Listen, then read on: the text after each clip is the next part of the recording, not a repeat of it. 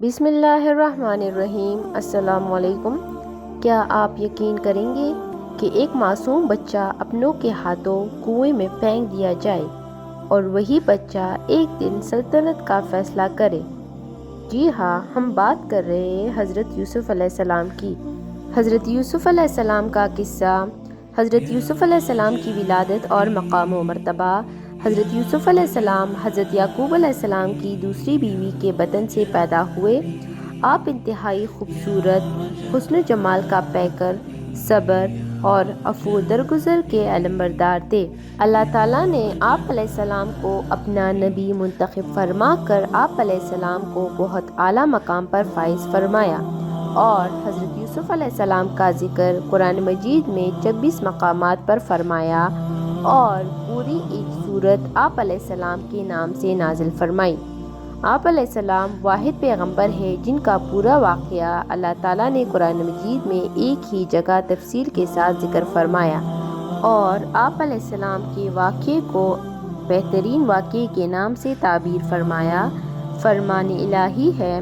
ترجمہ: اے نبی صلی اللہ علیہ وآلہ وسلم، آپ کی طرف یہ قرآن وحی کر کے ہم آپ کو ایک بہترین واقعہ سنا رہے ہیں، جبکہ اس سے پہلے یقیناً آپ اس واقعے سے بے خبر تھے۔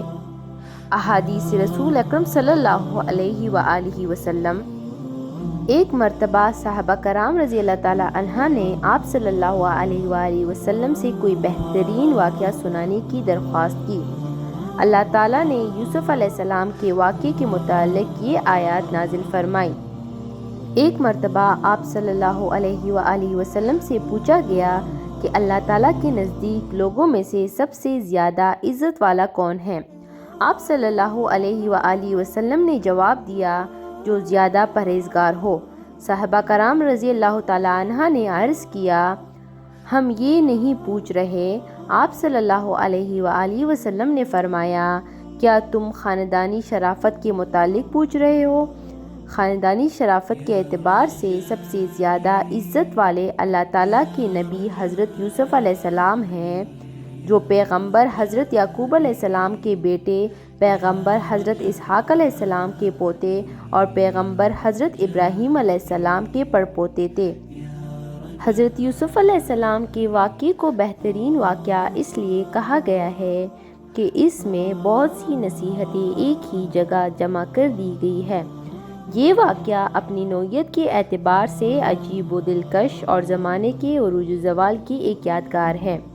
اس واقعے میں غلامی سے بادشاہی، قید سے آزادی، قوت ایمانی، استقامت، صبر، پاک دامنی، امانت و دیانت، رحم و کرم، عفو و درگزر، تبلیغ و تقویٰ، رعایت و مروت جیسی عظیم صفات کا ذکر ہے۔ یہ واقعہ قوموں کے بننے اور بگڑنے، گرنے اور ابھرنے کی ایک ایسی تصویر ہے جو کسی تشریح اور وضاحت کی محتاج نہیں۔ حضرت یوسف علیہ السلام کا خواب اور اسے مخفی رکھنے کی نصیحت۔ حضرت یوسف علیہ السلام کے 11 بھائی تھے، اور آپ علیہ السلام کے والد محترم آپ علیہ السلام سے بہت زیادہ محبت کرتے تھے۔ آپ علیہ السلام نے بچپن میں خواب دیکھا کہ 11 ستارے، سورج اور چاند مجھے سجدہ کر رہے ہیں۔ آپ علیہ السلام نے اپنا یہ خواب اپنے والد محترم حضرت یعقوب علیہ السلام سے بیان کیا۔ حضرت یعقوب علیہ السلام نے اپنے چہیتے بیٹے کا خواب سنا تو فوراً سمجھ گئے کہ اللہ تعالیٰ اس بیٹے کو دنیا و آخرت میں اعلیٰ مقام عطا فرمانے والے ہیں۔ حضرت یعقوب علیہ السلام نے حضرت یوسف علیہ السلام کو نصیحت فرمائی کہ یہ خواب اپنے سوتیلے بھائیوں سے ذکر نہ کرنا۔ ہو سکتا ہے کہ تمہارے بھائی شیطان کے بہکاوے میں آ کر کوئی ایسی حرکت کر بیٹھے جو تمہارے اور ان کے لیے نقصان دہ ہو۔ فرمان الہی ہے۔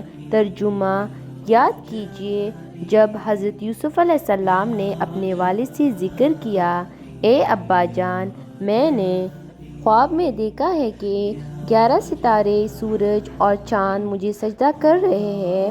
حضرت یعقوب علیہ السلام نے کہا، اے میرے بیٹے، اپنا خواب اپنے بھائیوں کو نہ سنانا، کہیں ایسا نہ ہو کہ وہ تمہارے ساتھ کوئی فریب کاری کرے۔ بے شک شیطان تو انسان کا کھلا دشمن ہے، اور یقیناً تمہارا پروردگار تمہیں اعلیٰ مقام عطا فرمائے گا اور تمہیں باتوں کی تہ تک پہنچنا یعنی خوابوں کی تعبیر بھی سکھائے گا، اور تم پر اور آل یعقوب پر اپنی نعمت اس طرح پوری فرمائے گا جیسا کہ اس نے اس سے پہلے تمہارے پر دادا اور دادا یعنی ابراہیم و اسحاق علیہ السلام کو بھی بھرپور نعمت عطا فرمائی تھی۔ یقیناً تمہارا رب خواب جاننے والا اور بڑی حکمت والا ہے۔ بھائیوں کی حضرت یوسف علیہ السلام کے خلاف سازش۔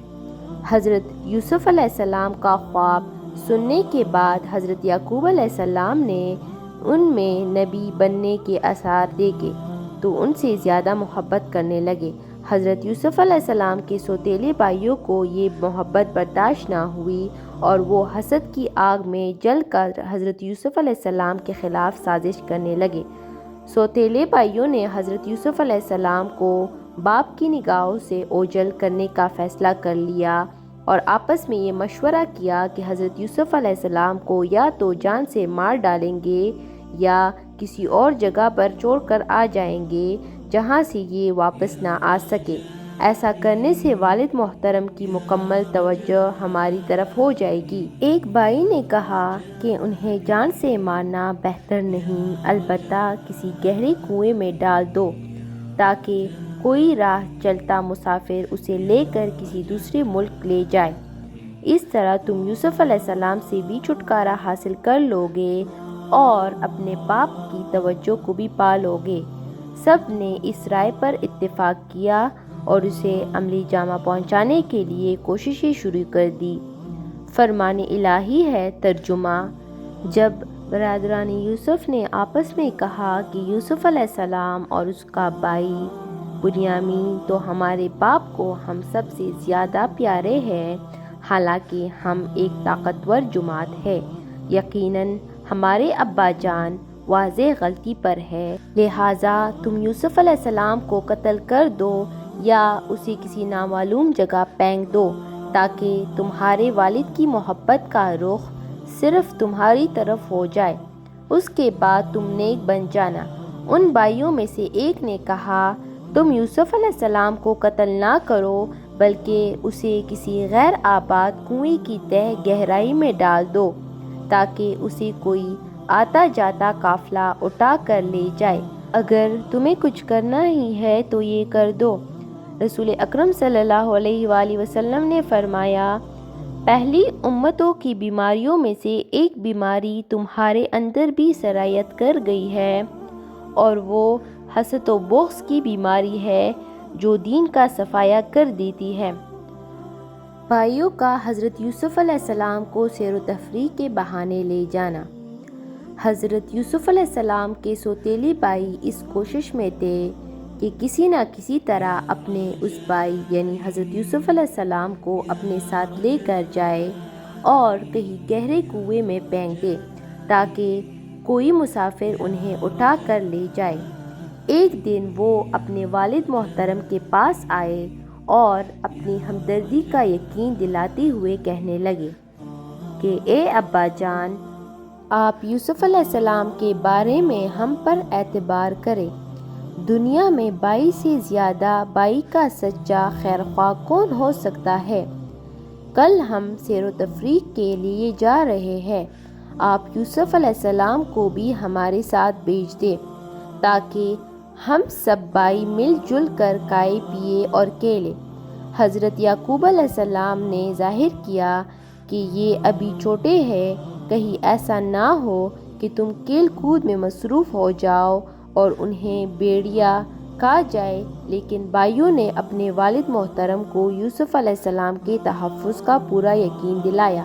آخر کار حضرت یعقوب علیہ السلام نے انہیں یوسف علیہ السلام کو اپنے ساتھ لے جانے کی اجازت دی۔ فرمان الہی ہے۔ ترجمہ: اس فیصلے کے بعد انہوں بھائیوں نے اپنے باپ سے جا کر کہا، اے ابا جان، آخر آپ یوسف علیہ السلام کے بارے میں ہم پر اعتبار کیوں نہیں کرتے، حالانکہ ہم تو یقیناً اس کے خیرخواہ ہیں۔ کل آپ اسے ضرور ہمارے ساتھ بھیج دیجیے کہ وہ خوب کھائے پیے اور کھیلے، اس کی حفاظت کے ہم ذمہ دار ہیں۔ انہوں یعقوب علیہ السلام نے کہا، تمہارا اسے لے جانا مجھے تو سخت صدمہ دے گا، اور مجھے یہ بھی ڈر ہے کہ تمہاری غفلت کی وجہ سے کہیں اسے بھیڑیا نہ کھا جائے۔